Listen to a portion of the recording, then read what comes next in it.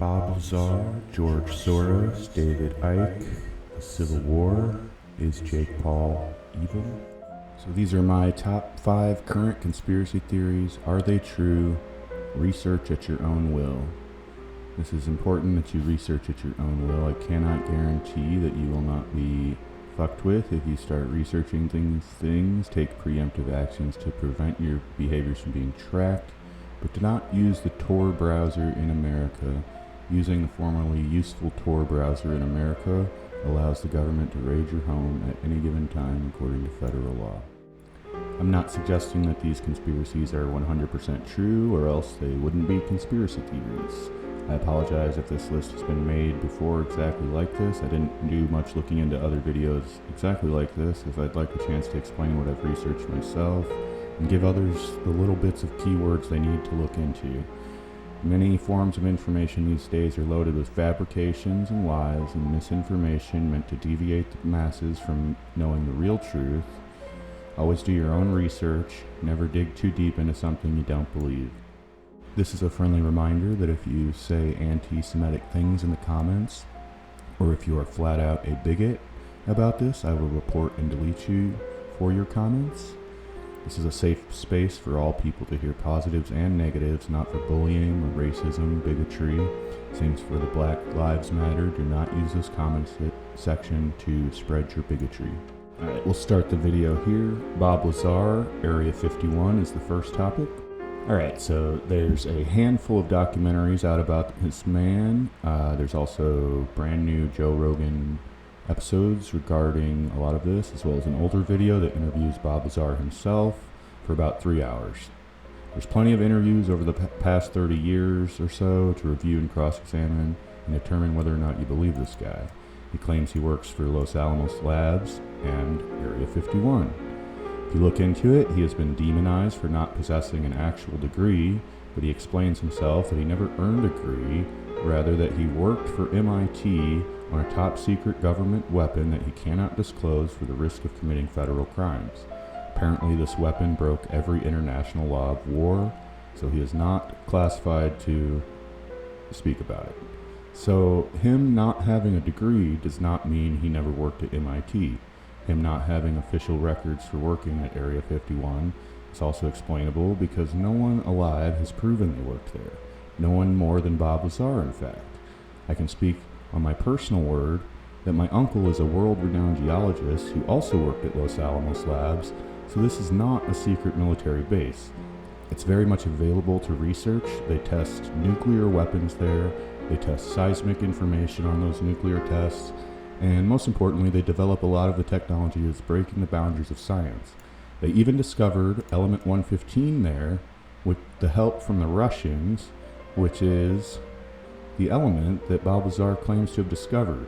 He claims he discovered it stabilized, while we know that it is not stable. It lasts for approximately a quarter of a millisecond, and then it pops out of existence. It's very confusing. It's quantum physics. It's deep. I'm not going to go all into that.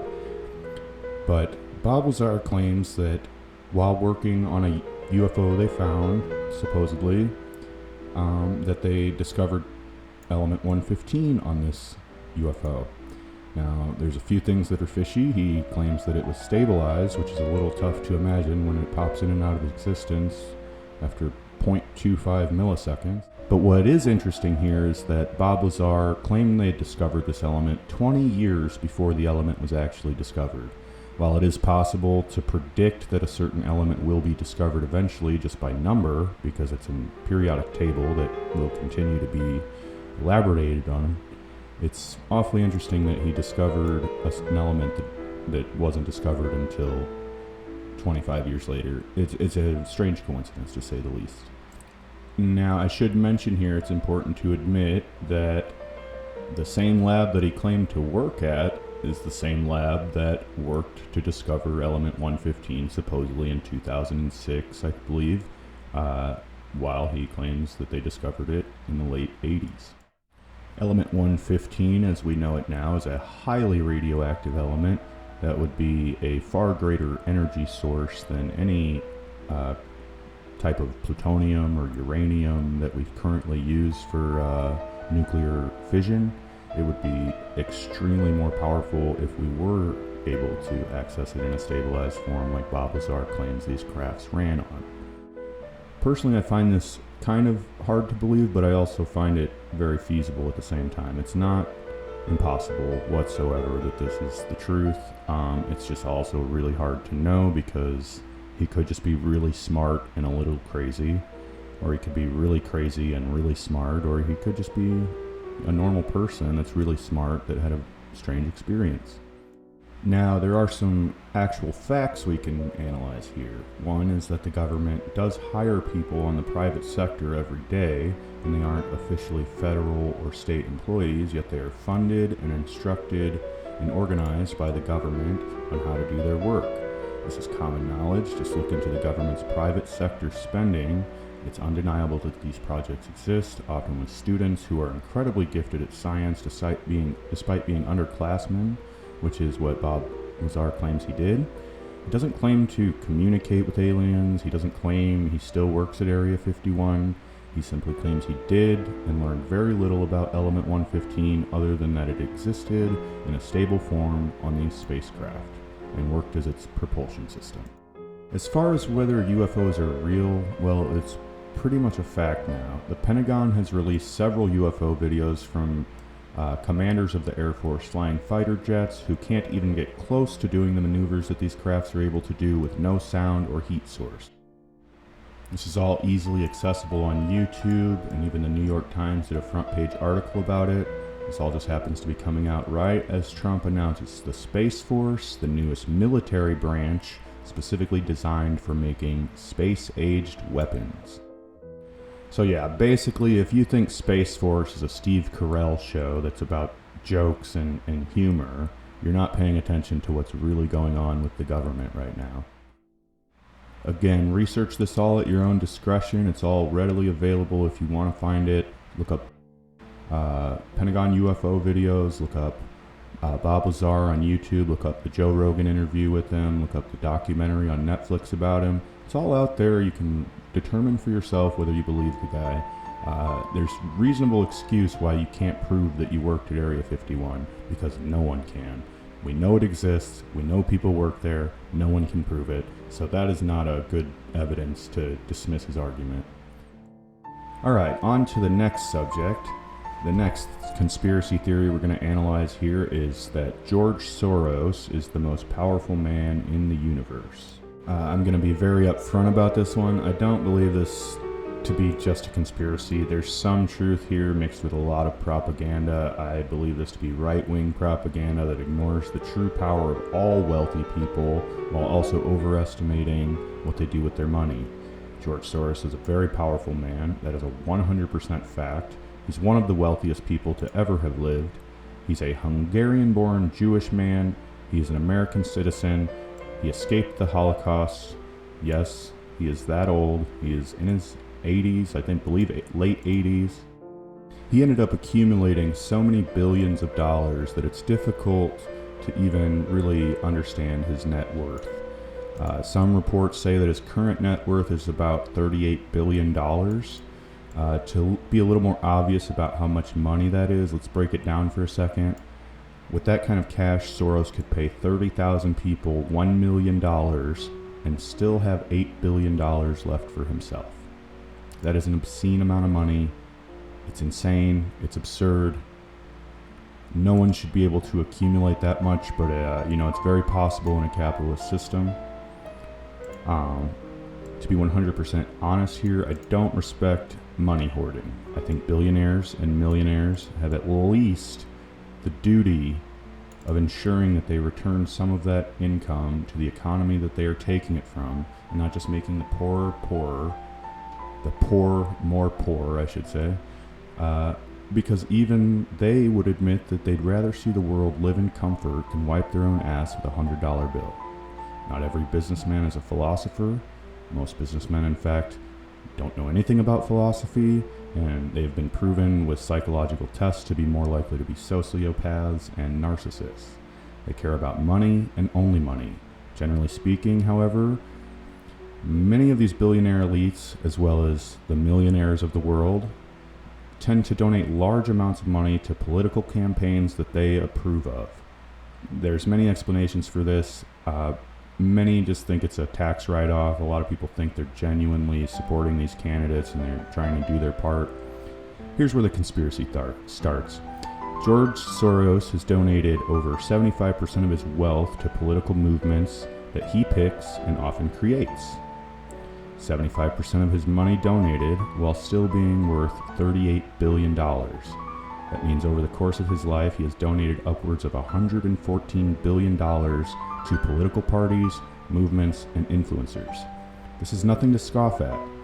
The reason I'm not convinced that this is a great conspiracy theory, full of facts and valid arguments, is that George Soros is doing exactly what we say wealthy elite people should do. They should put money back into the system in a way that benefits society for the better. Whether or not you agree with George Soros' political views, he mostly funds Democrats, by the way, but he's put money into over 120 different nations, including movements on practically every side of the coin.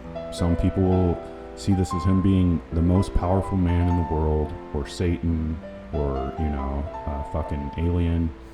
But let's be honest, having over $100 billion worth of income over the course of his life, and using that money to be the change that he wishes to see in the world is kind of commendable. However, those who support Donald Trump have been associating him with communists, with New World Order, and even with Black Lives Matter. And while this has been proven to all be non-provable, none of this has any evidence behind it. I've even seen stuff saying that he created Corona and COVID-19. None of this is provable. The only evidence we do have that's provable is that he donates to certain political movements and has a political agenda that he tries to accomplish with his massive amount of money. All of the evidence saying that he did these conspiracies is from Fox News reporters fluffing up their boring arguments with, well, fluff. It's nonsense. My last point here is that the Democrats are not the only party to accept wildly large donations from billionaires and millionaires. In fact, every political party, from the communists to the libertarians to extreme liberals to, of course, the Dems and the GOP, they all receive funding from billionaires and millionaires. What's important to research here, what you can look up and find out, is what he invested in, which I will tell you straight up is a university he created. Government transparency is what he claims to be fighting for. Fighting communism. So even though people claim he's a communist, he claims he's fighting communism. So I guess that's a conspiracy in itself, but this is why he started the foundation, actually. This first foundation that he started was an anti-communist foundation that was meant to put down communist regimes. He also fights police brutality and militancy, which is why he gets connected with Black Lives Matter, even though it's been proven that there's no evidence that he has funded it. People still say to this day all the time he funds Black Lives Matter. Yet to see any actual evidence of that other than people saying it. All right. Now he also funds civil rights. He's been fighting against systemic racism for years. Keep in mind, he survived the Holocaust. He experienced quite a bit of racism there. All right. So the counter argument to this is that he is funding both sides of the political battle in order to create political strife in countries and weaken them rather than strengthening them. Now, it's all kind of interesting to me. I do this more out of interest than actual opinions on it. That's why I try to find the facts and just base my opinion around what I can actually find out. So it's interesting. Come to your own conclusions. You don't have to believe me. You don't have to believe any particular YouTuber. This one is not my personal favorite conspiracy theory out right now, but it's got to be in the top 5 at least, because I think people are just talking about this a ton. And I think the big picture here is that people are really coming to the awareness that billionaires and millionaires run the political show in America. They decide the candidates, they decide the Congress, they decide all of it. They pick the people, they fund them, they get elected over and over again on both sides. The whole point is to make non-bipartisan parties such as the Libertarian, the Liberals, the hard Liberals, I'll say, not the Dems, I mean like extreme Liberals, I mean communists, etc. They want them to be inferior so that they're not even in competition. This is at least what I know about the American side of it. I can't say for sure about every world political issue, but I can say that in America, this is kind of how the system's run. Millionaires and billionaires and a lot of grass funding movement is how the political system is funded. It's provable. Now, I'll remind you here, if you say anti-Semitic things or if you're a bigot about Black Lives Matter, I will delete your comments. I will report you for racism. This is not the place for that. If you want to argue about whether Black Lives Matter is legit, do it somewhere else. If you want to argue about whether Jews are taking over the world, do it somewhere else. This is not the place for that. Anyway, moving on to the next subject. Okay, now we're getting to the fun stuff. So the next subject is lizard people. And are aliens controlling the government? Is George Soros an alien? Is he a lizard person? Let's find out. Alright, this one's a bit more on the fun side, and I included it to get a good laugh while also analyzing what's really going on here. There's a man named David Icke. He's a famous rich man from Britain who is kind of strange, to say the least. He started his life and made his fame and fortune in the sports industry.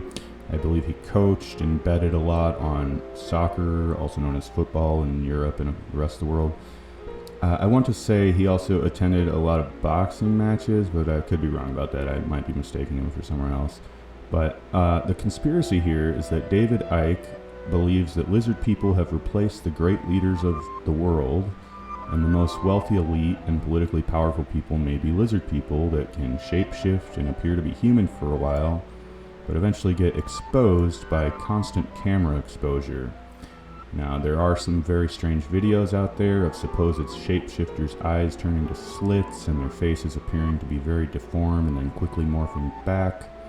Not everyone that believes in shapeshifters believes that they are lizard people, but people often believe that they are aliens living among us, pretending to be humans while we can see them.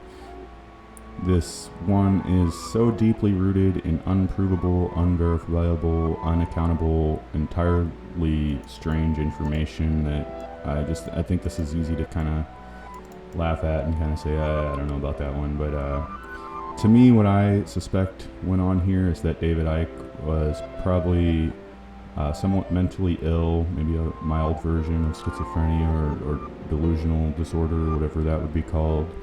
And like many people with these disorders, they can live very functional lives despite being off a bit. They often believe very strange things that is totally unprovable, and even though they believe these things, they still live normal lives. It's stuff that if a homeless person on the street said to you, you'd probably think he needs medical help or he's on drugs. But since he's rich and famous, people have a tendency to take the guy more seriously and listen as if it's all possibly true. I'm sorry, but this one gets a big thumbs down from me. However, I will say that shape-shifting aliens is a pretty damn fun concept to think of. How would these aliens choose to enslave humanity? Would it be to pretend to be our government leaders and wealthy people, or would they simply kill all of us, steal our nukes, and go back to their planet? It's all very interesting, even if abysmally unlikely. As with all these, investigate, listen to the interviews, read a little about it, come to your own conclusions. Feel free to discuss this in the comments. This is not a real touchy subject to me. Alright, on to the next. Alright, number 4 here is definitely a touchy subject to me, and I don't really want to argue about this, guys. If you want to argue about this, feel free, but if you start to get racist, I am deleting your stuff. So number 4 is the theory that the Civil War was not about slavery. Now, I hear this a lot lately. I heard it a few years ago a lot. This comes up a lot among casually racist people that don't understand that this is racist, but will argue about it almost to the death, you know. Okay, so there's been quite a few people I've met from different southern states who have tried to convince me that the Civil War in America was not about slavery, that it was instead about the economy and about freedom or something like that. They never quite get at what it was about, and they just try to make the point that it wasn't about slavery. This is an apologist mindset. They're making excuses for hundreds of years of slavery. It is inherently racist by implying that millions of people died over an economic issue, when we know for a fact that slavery is a moral and ethical issue that has been abolished because it violates every single basic human right. I've heard from these folks that many slave masters were very nice to their slaves, and many slaves got payment for their hard work, so it wasn't real slavery. I've heard the argument that many slaves chose to stay slaves even after the war. Alright, let's pause that right there. I will not tolerate this bullshit, okay? I grew up around a large amount of African American people. Many of my best friends to this day are black, and that doesn't make me an expert on anything, but it gave me an upbringing that made the idea of slavery and racism extremely offensive, absurd, and hard to understand to me. When you make excuses for yourself to be racist, you're putting yourself on the wrong side of history. Do not sit back and allow injustice in this world to simply cause you to think that N-word is funny, or that you have been taught in grade school in Tennessee or Alabama some propaganda about the benefits of slavery, or the true reason why the South wanted to secede. Of course, slavery was an economic issue because they were making the slave owners tons of money. Of course, certain slaves were scared to leave when they were set free. They had been abused and tortured for anything disobeying their master for decades, centuries actually. They had been given food for staying quiet and working hard and shutting up. What does an abused dog do to their abusive owner? They don't attack him, they fear him. They treat him with even more respect out of fear of being abused even more. Even after being set free, African Americans did not see the civil rights movement for another 100 years. This is where institutionalized racism was first created, over 200 years of slavery and abuse, another 100 years before the civil rights movement started, with no rights to vote, no way to socialize with anyone other than people of your own color, totally separate, no good jobs, no business grants, no business licenses granted. This was established over the course of 300 years before the civil rights movement finally happened in the 60s, thanks to Martin Luther King and Malcolm X. And others, obviously millions of others, but I'm sorry, but this one needs to die out with all of you bigots and racists out there. Seriously, just think about it for more than an hour, and I guarantee you'll come to these conclusions yourself. This does not even need studying. These are hard facts. If you think slavery is an economic movement, you are a racist. All right, and on to our final and fifth topic. This one is a bit more easy to digest for some people, I'm sure. I'm not going to hide the truth here, guys. But last and final topic is Jake Paul evil? And what does Jake Paul do exactly? Why does he influence children? And why does he get paid by Coke, Disney, and other popular companies to influence these children? Let's dive in. Alright, so I'll start by saying I found out about Jake Paul from his brother Logan Paul because of the boxing match he did with KSI. It was utter trash. They both are being disrespectful to the sport by trying to highlight an event that has Billy Joe Saunders fighting on it. Like, give me a break. It's a joke. However, what we're talking about today is not about the fight. What we're talking about is a recent video that I saw on a channel called Nerd City. I highly suggest checking it out. Give him a subscription if you like that kind of content. He's a good streamer. He doesn't have a lot of videos. He needs more support so he can make more videos. He presents the facts. He's very upfront with his videos, editing skills, and it's good stuff. Alright, so basically this theory boils down to one major point, and that is the fact that Jake Paul and Logan Paul are paid influencers. They work for a company that is paid by Coke and Disney, and they pay these influencers to support a group of companies such as Coca-Cola, Disney, and all the other conglomerates that are part of this little program. There's more info in that Nerd City video on it, but basically they get paid to influence young kids to buy more Coke, to buy more Mickey Mouse stuff, to buy more Disney products. You know, it's a big system. All right. If you've ever watched Jake Paul or Logan Paul speak in their videos for more than 5 minutes, you can tell there's something strange going on here. First of all, they're both beautiful blonde men. Let's be real, they are model level attractive, at least to some viewers, I guess, especially the young girls. And their primary viewer base is age 12 to 15.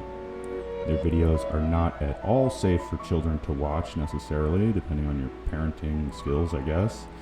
I watched one for about 30 seconds, and you could see that Logan Paul's supposed girlfriend is a very popular Pornhub actress. I won't name her just to not shame her, but it quickly shows a picture, and then they reference the tattoo on her ass, and then they show the picture of the ass. You know, it's right in this video that's targeted for 12 to 15-year-olds, and that's the main target that's watching it. It's clearly working. Now, this wouldn't be a problem, really, if this was real at all. You know, in fact, I won't even say that it's not real. Maybe he really is dating a porn star. You know, what do I know? What I do know is that the primary people watching this video are young, influenceable children, and that it's a fact that they are both paid to influence these children into buying massive amounts of products. Both of them, Logan Paul and Jake Paul. And they're not the only ones. There's many of these influencers. These are just the ones that have been outed recently. They've been quoted speaking about it, and then later cannot explain why they said those things in that meeting. Now, none of this is appropriate, and watching Jake Paul struggle to even explain why he said those things, or why he works for influencers, and more importantly, why are they interested in targeting young children so much? Now, this is an easy one to research. Again, just look up the Nerd City video, watch a 20-minute video about it. They'll explain everything much better than I can. And it kind of shows what's going on with YouTube. There's more going on here than just people making videos and getting paid to do so. There's big companies paying lots of money to get them to buy very specific products. Of course, if you look at the evidence, you'll determine what you want. I'm not here to convince you. I'm just giving you my thoughts. Personally, I think these brothers made a plan to become filthy rich and are achieving that, or at least the lifestyle of appearing to be super rich. They aren't necessarily pure evil. This is one of the most manipulative jobs you could have in the entire world, right up there with espionage and selling other people's private data. This is low life shit. They make big money. They live in a nice house because of it. You know, they're getting paid a lot of money to influence your children. That's enough said about that one. Determine what you will. Look up your own info. You know, find out what you will. If you think that they're innocent, they're just having fun, you know, believe what you want. But you know, the truth is out there. So this concludes my top 5 current conspiracies in 2020. Hope you enjoyed the content. If you want to subscribe, feel free. If you want to like, feel free. If you want to share the video, feel free. I'm new to YouTube, so this is probably gonna not get many views, but if it does, you know, I'd like it to be because people like it and not because of some other reason. So I post all kinds of stuff on this video channel. I post gaming streams, I post gaming recordings, gaming compilations. I write my own music, I make music videos for it. I hope to do more of these kind of talking, analyzing points. Not everything will be conspiracies. I hope to do some stuff on how to build a home studio, how to record at home for cheap, how to not spend $10,000 to make your home studio, etc., how to use the equipment, how to use the programs. I hope to do all of that just to give you guys little tips that I've learned that are really easy. If you guys are interested in any of these kind of videos, feel free to subscribe. Feel free to give me a comment and say, hey, I'd rather see this kind of video than that kind of video. I'm looking for any kind of feedback. I hope people actually see this and it doesn't just sit in my YouTube like most other videos. Spent quite a bit of time doing this. I haven't slept much tonight. I apologize for my voice being monotonous, but I hope this helped people understand my top 5 conspiracies of 2020. Thank you. I'm out.